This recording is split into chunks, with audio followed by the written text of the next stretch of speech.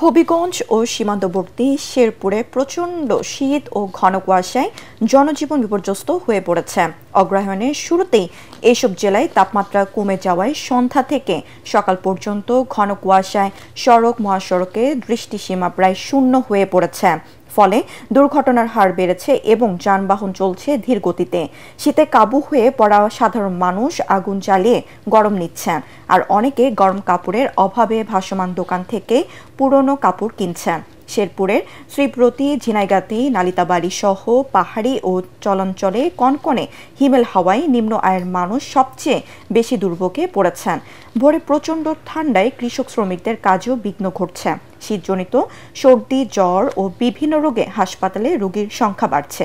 এদিকে শেরপুরবাসী বলছেন, জেলার আবহাওয়া অফিস না থাকায় তাপমাত্রার ওঠানামা সম্পর্কে নির্ভরযোগ্য তথ্য পাচ্ছেন না তারা।